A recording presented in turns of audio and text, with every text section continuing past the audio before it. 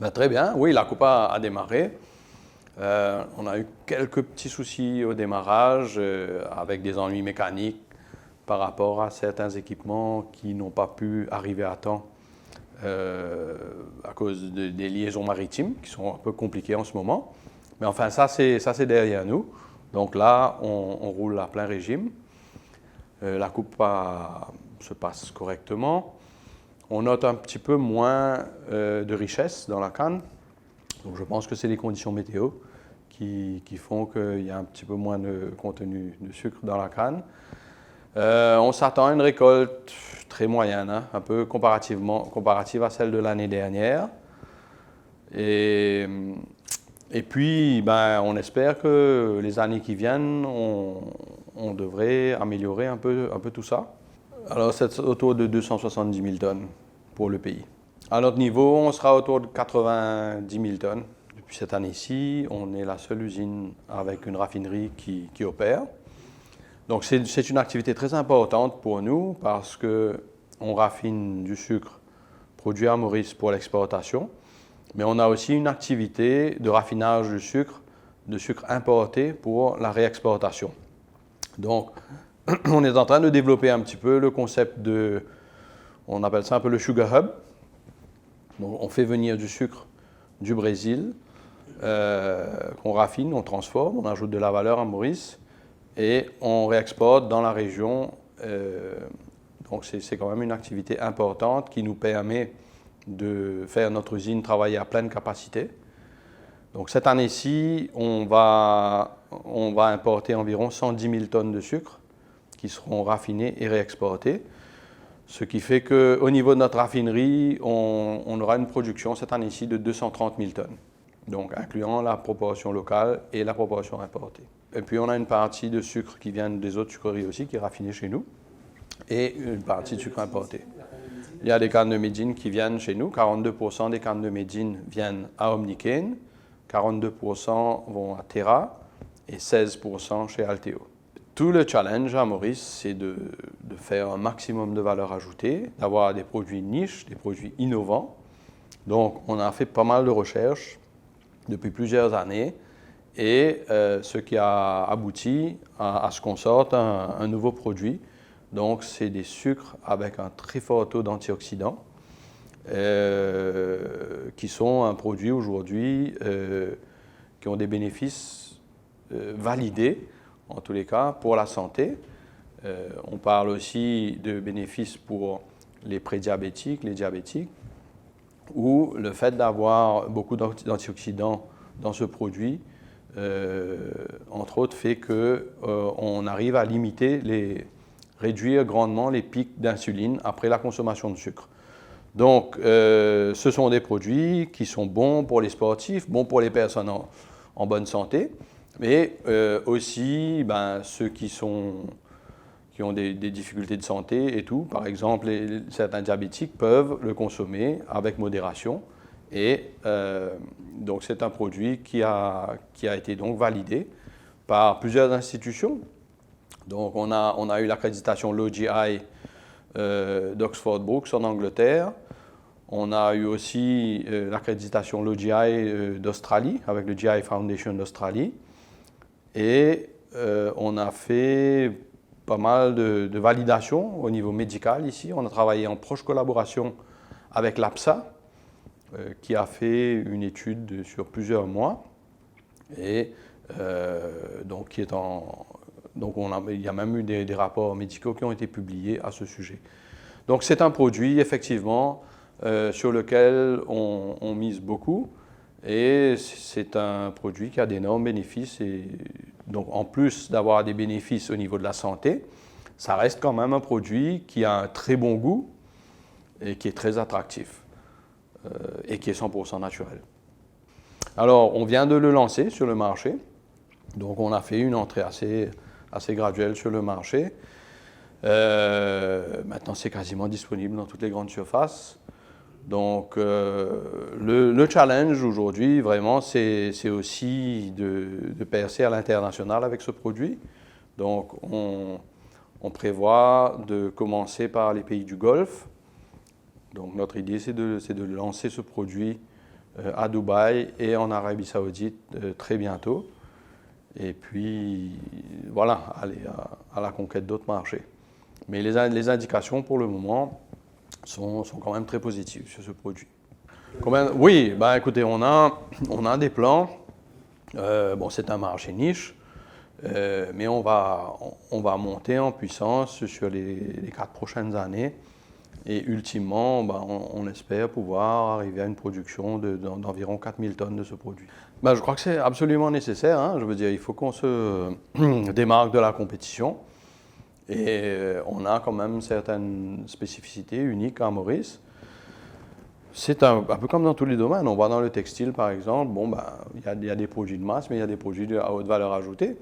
Donc, pour le sucre aussi, pour les aliments aussi, c'est un peu la même chose. Le vin, on peut produire du vin en grande quantité abordable, mais on peut produire du vin qui est quand même qui est bien mieux et beaucoup plus soigné, qui demande beaucoup plus de travail pour sortir une bonne bouteille. Mais à ce moment-là, la valeur n'est pas la même. Donc, c'est à peu près la même chose avec le sucre.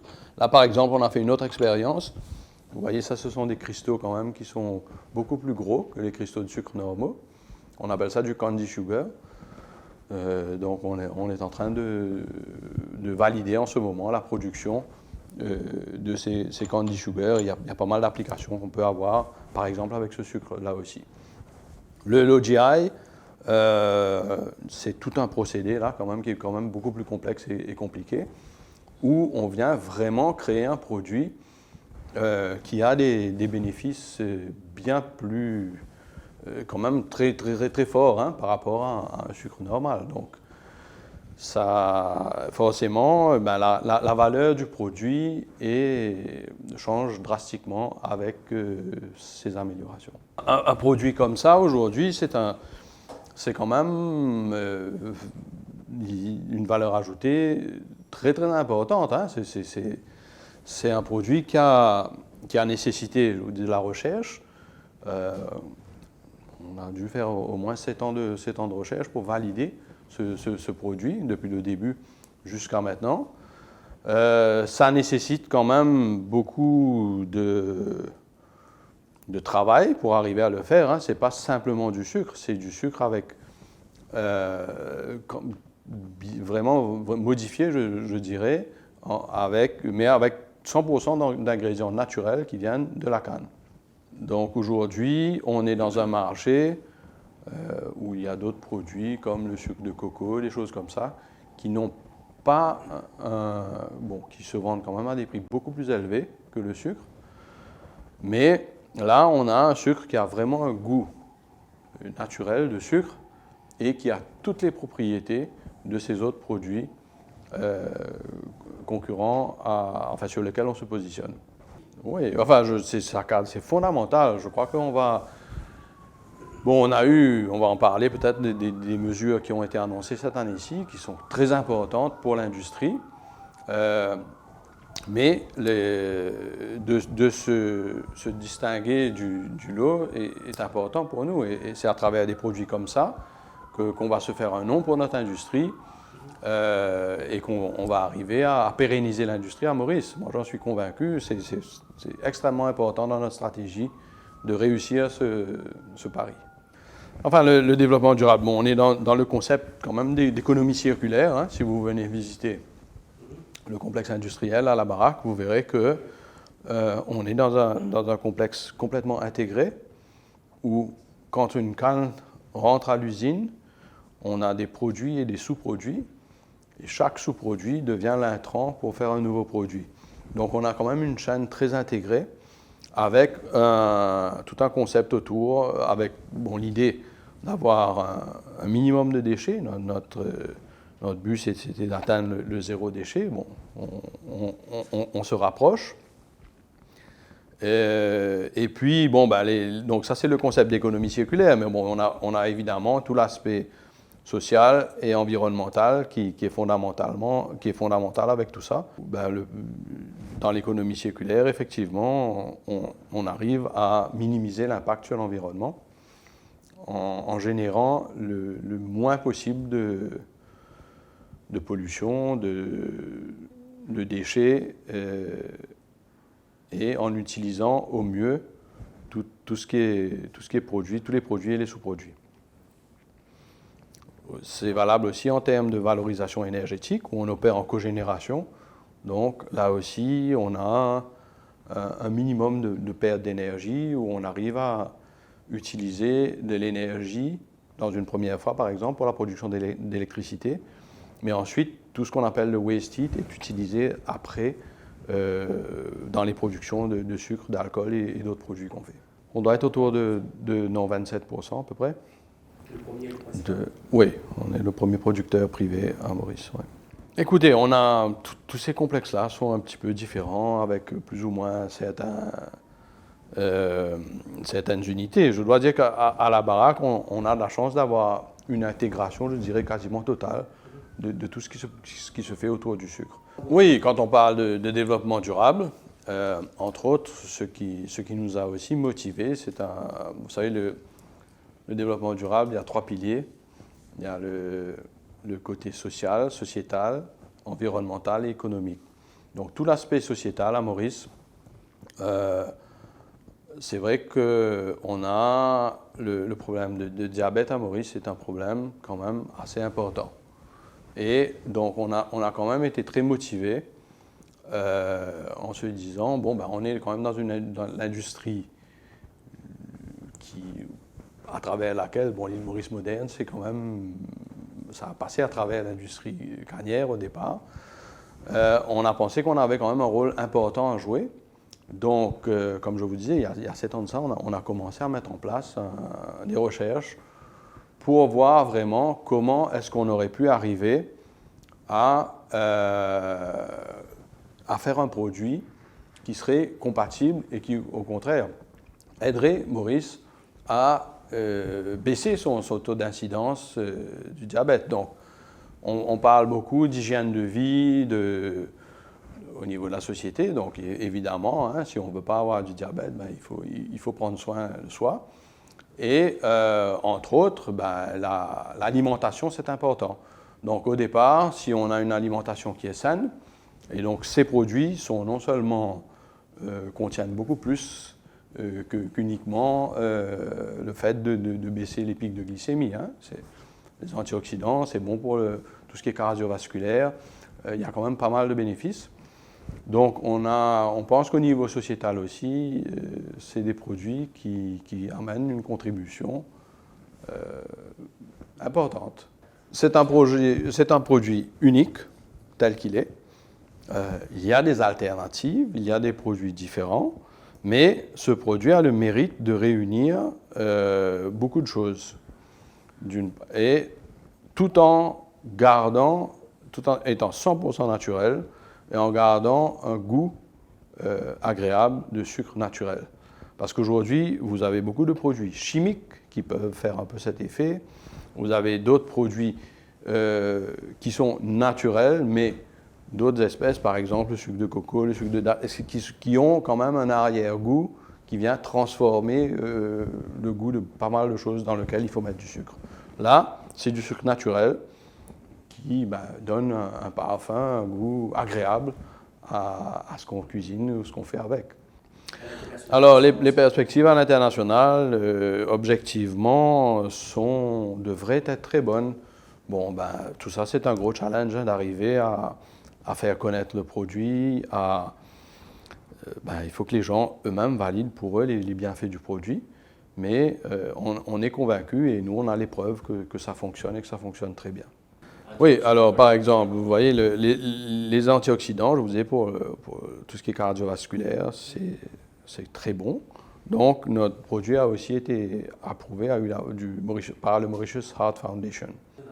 Bien sûr, le Mauritius Heart Foundation, c'est pour la commercialisation locale. Mais bien évidemment, tout ça, ça nous aide aussi à l'international, oui, tout à fait. Au niveau de l'énergie, il y a tout ce qui est la transition énergétique. Hein. Le gros challenge, c'est comment on arrive à diminuer la consommation de charbon dans la production énergétique, donc jusqu'à d'ici 2030. Donc c'est un programme ambitieux, mais je pense qu'on a pris un bon départ. Hein. Déjà, quand la mesure a été annoncée, ça a été aussi accompagné par l'annonce de la rémunération de la bagasse. Donc là, ça vient quand même changer beaucoup la donne au niveau de la plantation des cannes et en tous les cas, ça va encourager maintenant grandement les planteurs à continuer les plantations, voire améliorer leur plantation existante. Donc on espère que ça va qu'on aura une hausse quand même au niveau de la canne et la qualité des cannes qui vont rentrer dans les usines pour la production d'énergie. Donc plus d'énergie bagasse. Deuxièmement, l'État et les ministères concernés travaillent en ce moment sur le Biomass Framework. Donc, le Biomass Framework, c'est déjà lancé avec la rémunération de la bagasse qui est une biomasse. Il faut maintenant venir voir comment on peut rémunérer d'autres types de biomasse, comme par exemple, on peut avoir l'eucalyptus qui peut venir dans les centrales, on les broie en faisant des wood chips. Il y a la paille de canne, les bambous, il y a toutes sortes d'autres potentiels à Maurice hein, qu'on peut utiliser pour venir en substitution du charbon. Il y a d'autres possibilités aussi. Par exemple, quand on trie les déchets, il y a une partie des déchets qui a une forte valeur calorifique, donc qui peut être triée et transformée en pellets qui ensuite peuvent être utilisés dans les centrales thermiques. Ça s'appelle le RDF, le Refuse Derived Fuel. C'est une technologie qui est connue. Donc tout ça, et aujourd'hui, cela c'est considéré comme de l'énergie renouvelable, puisqu'elle a déjà été utilisée. C'est une façon de recycler une partie des déchets, en tous les cas, et transformer en énergie. Écoutez, j'espère qu'on va le faire. Bon, c'est ambitieux, mais si tout le monde regarde dans la même direction, on va bien y arriver hein, à un moment donné. Donc là, en ce moment, il y a... Bon, c'est assez compliqué à mettre en place parce que ça demande une participation active au niveau de tous les acteurs de cette filière. Au niveau du CEB, dans tout le réseau de distribution, les sous-stations, il y a quand même pas mal d'investissements, de travail à faire pour que le réseau puisse gérer toutes les énergies renouvelables. Donc, on ne peut pas aujourd'hui se dire, l'année prochaine, on sera 100% renouvelable ou 60% renouvelable. Donc, c'est un progrès qu'on doit faire en même temps, d'une part au niveau de la génération, de la transmission, de la distribution. Il faut coordonner tout ça. Et je pense qu'il y a de la volonté là de la part de tout le monde, hein, au niveau du gouvernement, au niveau du corps paraétatique, au niveau du CEB, de mettre en place des infrastructures et de tous les potentiels producteurs privés qui vont venir avec certains projets innovants pour faire que notre réseau soit aujourd'hui sorte d'une électricité générée principalement par du fossile pour être générée principalement par du renouvelable. C'est capital. Aujourd'hui, à Maurice, la grande majorité, c'est l'énergie par de la biomasse. C'est ça notre grosse part d'énergie renouvelable à Maurice, à travers la bagasse.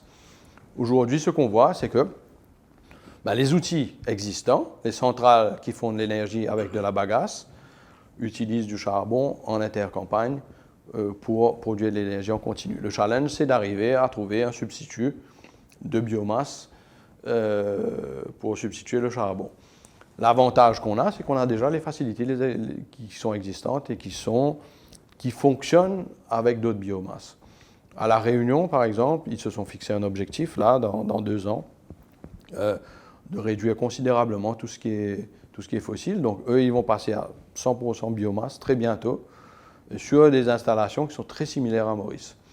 Donc, ils ont choisi, d'une part, d'encourager de la biomasse locale, mais pour complémenter et ne pas avoir à importer du charbon, ils vont importer de la biomasse pour venir mettre dans les centrales. Donc, ce sont des modèles qui sont intéressant.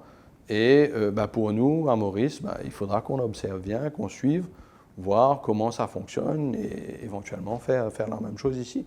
Si on veut décarboniser notre économie, ça passe par des mesures fortes et courageuses comme ça. Oui, je pense que ça s'accélère. Nous-mêmes, on a beaucoup d'équipes là, qui travaillent sur... C'est un gros challenge parce que nos entreprises sont à risque d'une certaine façon. Hein. Si on ne fait rien, on est condamné à disparaître. Donc, c'est évidemment pas la voie qu'on a choisie. Donc, mais comme vous savez, dans tout ce qui est énergie renouvelable, ce n'est pas une solution qu'il faut. C'est vraiment 15, 20, 30, 40, 50 contributions différentes qui vont venir faire un tout.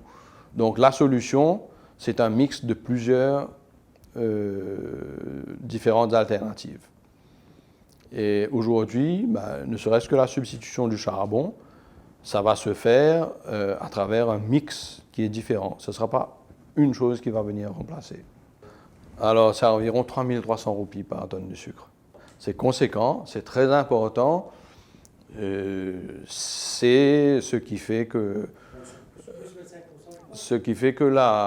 les planteurs qui étaient dans une situation économique difficile, les usiniers et tout le monde, hein, tout le secteur a perdu de l'argent dernièrement. Donc, avec cette mesure, on pense que ça va ramener le secteur dans le vert maintenant.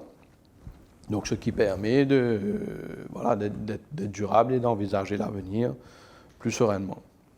Oui, alors, les terres abandonnées, on peut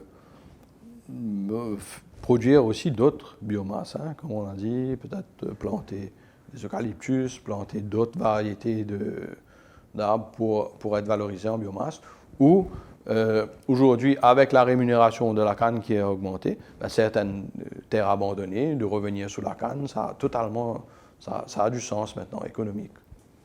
Encore une fois, c'est une possibilité, ça forme partie des offres que je pense qu'il faut arriver à donner pour s'assurer de maintenir le bassin cannier, voire de l'élargir un peu.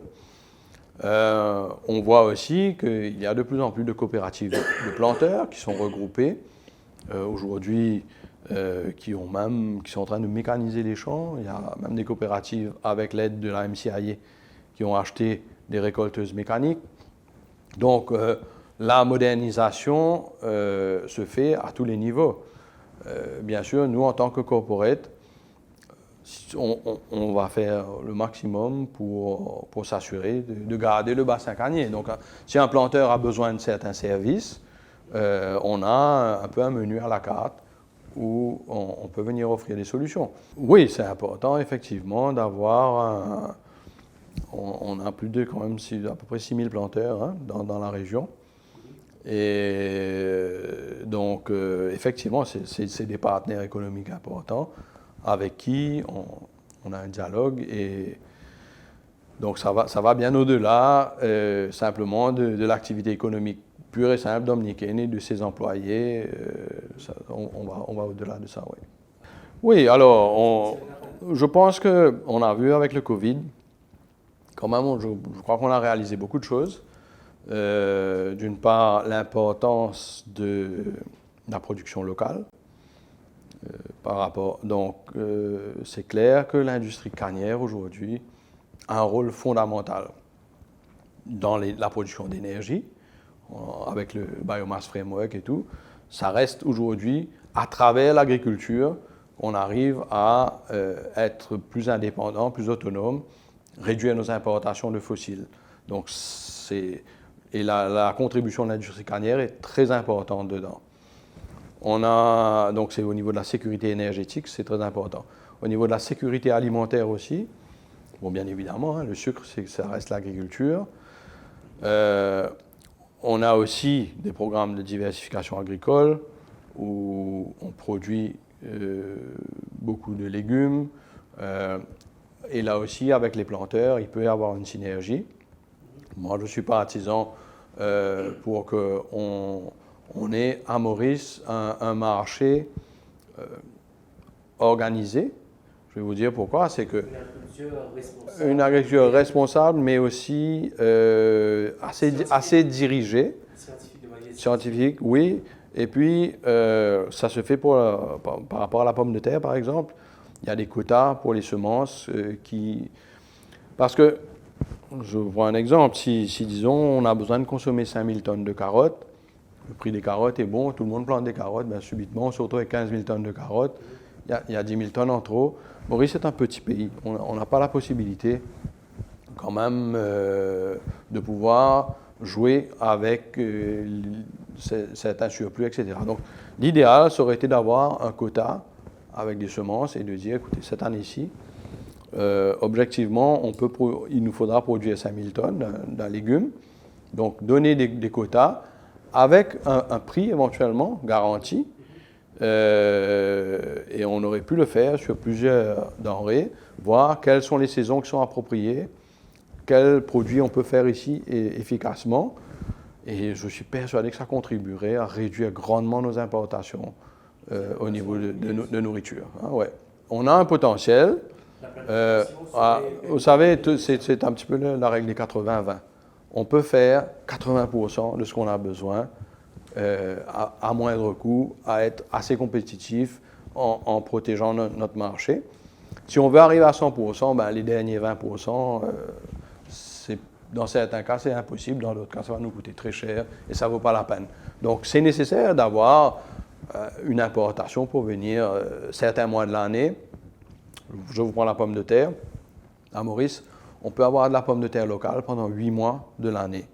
La pomme de terre, ça couvre pendant 8 mois. Mais pendant 4 mois, on ne peut pas. Parce que la pomme de terre ne se conserve pas. Ça se conserve en froid positif. On ne met pas la pomme de terre dans la deep freeze pour utiliser après dans la cuisine mauricienne. Donc, oui, à peu près. Hein, c'est en froid positif. Donc, on arrive à gérer sur 8 mois de l'année.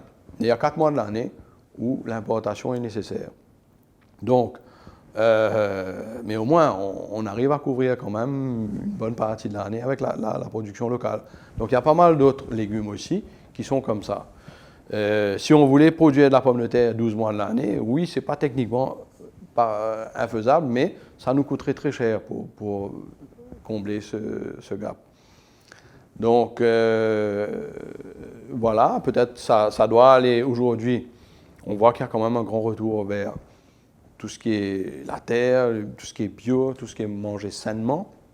Donc, les Mauriciens aussi, il faut recommencer à manger un peu selon les saisons. Quand ce n'est pas une saison, ben on ne mange pas ce légume-là, on mange plutôt l'autre légume qui vient à la saison. Et là, aujourd'hui, on va au supermarché, on ne regarde pas tout ça. Donc, il y a peut-être un peu un effort de communication aussi pour dire, ben voilà, là c'est la bonne saison pour manger ça, on mange ça.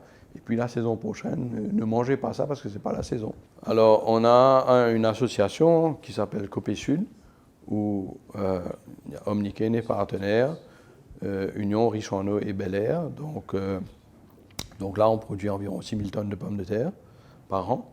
Oui, c'est prévu cette année-ci. Bon, bien sûr, on travaille en étroite collaboration avec le Agricultural Marketing Board, qui est indispensable justement pour réguler ce marché. Au fait, si vous voulez, on a investi beaucoup dans notre outil de production pendant les 10 dernières années. Donc on s'est quand même endetté de façon importante et dans la réforme sucrière, une façon de financer cette réforme, c'était aussi à travers des Land Conversion Rights. Donc on a bénéficié de cela. Et ce qu'on s'était fixé comme objectif, c'était de mettre tout cela sur la Smart City à Montrésor pour faire un projet immobilier qui nous permettrait de venir rembourser nos dettes au niveau de notre core business. Donc aujourd'hui, en vendant les terrains à la Smart City, de la Smart City et d'autres terrains qu'on avait déjà earmarqués pour du développement foncier, ben ça nous permet effectivement aujourd'hui de quand même sortir grandement du secteur foncier pour nous reconcentrer sur notre core business qui est donc la production de sucre et d'énergie et d'alcool. Et la diversification, évidemment. Voilà, donc c'était un projet qu'on avait de toutes les façons, on l'aurait réalisé. Là, le contexte a fait que on a fait plus une transaction en gros plutôt qu'au détail. Mais à la fin de la journée, c'est tout à fait dans la perspective de notre plan qu'on avait. Et aujourd'hui, on est renforcé sur notre activité, notre core business. Et ça nous permettra de concentrer beaucoup plus nos énergies sur notre core business. Et donc, on espère devenir meilleur dans ce qu'on fait. Oui, au fait, c'est arrivé. Bon, c'est vrai qu'avec la fermeture des frontières, l'environnement qui a changé drastiquement, nous, on avait lancé des phases de développement avec des ventes à pas mal d'étrangers et tout, qui ont eu à être annulées à cause des problèmes de Covid et tout. Donc, le moment était assez opportun. Donc, on a eu un peu un setback dessus. Mais on a des terrains qui sont quand même stratégiquement situés et qui ont des perspectives sur le moyen terme excellentes. Donc, avec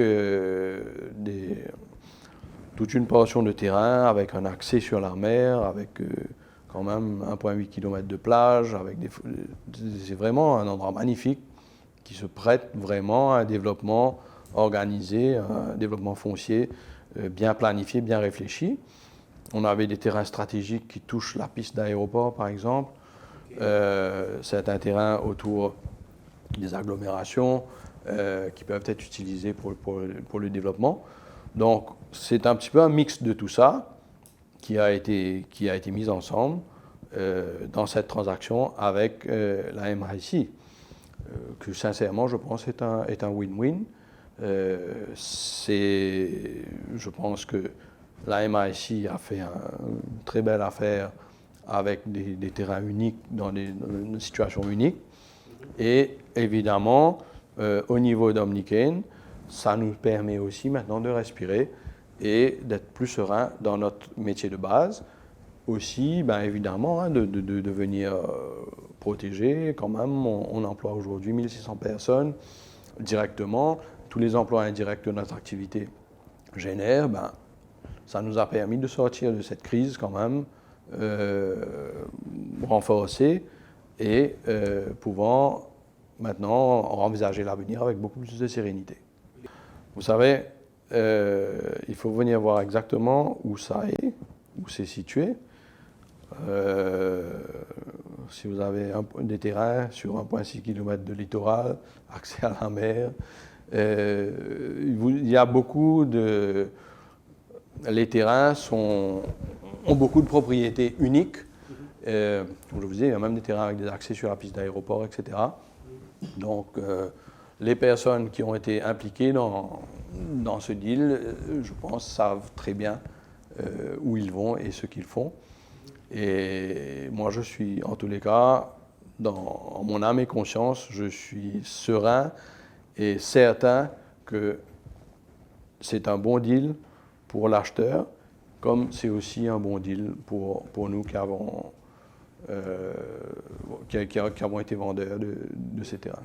Enfin, je ne peux pas parler pour l'État, je ne sais pas comment est-ce que ça va être appréhendé, mais comme je vous dis, il y a beaucoup d'endroits stratégiques où ça a du sens que ce soit l'État qui soit propriétaire de certains de ces terrains, en tous les cas, définitivement. Et je ne vois pas comment ça ferait de l'ombre à des développeurs privés. Je pense aussi que ça va faciliter probablement des partenariats publics-privés pour le développement aussi. Je ne pense pas qu'ils ont vocation à faire tout seul partout.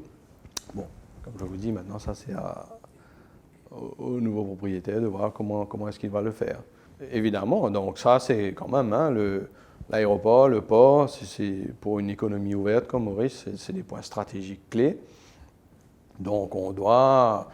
il y a toute une partie, par exemple, de terrains qui peuvent être utilisés comme port franc, là encore, qui vont contribuer à accélérer Maurice comme un hub régional qui devrait contribuer à améliorer la connectivité du pays Donc, ce sera bénéfique à tous les secteurs de l'économie à Maurice. Non, on a fait tous les VRS sont faits chez nous. Pour le moment, bon, ben, c'est une étape qui est derrière nous, hein. Nos ambitions africaines, ben, on est très impliqués au Rwanda sur une centrale hydroélectrique. On est au moment il y a un procès avec un actionnaire. Bon, c'est en cours. On est tout à fait confiant d'avoir fait les choses comme il faut dans ce contexte-là. La centrale opère déjà. Une première moitié de la centrale opère et elle va rentrer en opération complète à la fin de cette année-ci. C'est un gros chantier qui nous a demandé beaucoup de challenges, mais je pense que ça a contribué à ce qu'aujourd'hui, on soit quand même beaucoup plus fort dans ce secteur-là. C'est des énergies renouvelables. C'est un secteur où il y a vraiment un gros potentiel dans la région. Donc, on verra bien, une fois ce projet terminé, si on continue dans cette voie.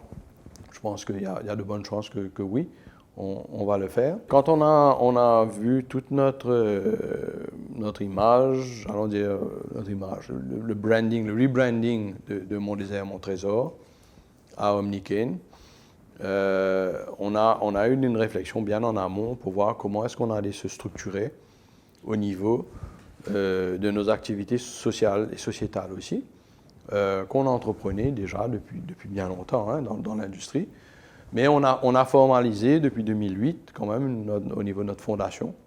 On a eu un véhicule spécial qui a été mis en place et depuis, on a eu des contributions à travers notre fondation qui ont été, au fil des années, je dirais quand même bien plus importantes que strictement la partie légale, obligatoire de contribution. Donc, c'est quelque chose qui nous tient beaucoup à cœur, qui est ancré profondément dans nos valeurs à Omniken. Et puis, bon, ben, c'est vrai que quand on est intégré dans une région, ben, c'est gagnant-gagnant. Hein, ça veut dire on reçoit beaucoup aussi de la part des personnes qui sont autour de nous, qui vivent là, qui travaillent chez nous aussi. Donc, c'est normal aussi qu'on retourne un peu, qu'on ait un rôle pour venir retourner un peu à la société certaines choses. Et évidemment, dans certains cas, il y a certaines personnes qui ont plus de besoins que d'autres. Donc, on essaye avec les moyens qu'on a d'être attentif et d'avoir des actions qui vont dans ce sens-là. Donc, on s'est concentré sur plusieurs volets, dont le bien-être et la santé, ce qui nous a conduit aussi, entre autres, à développer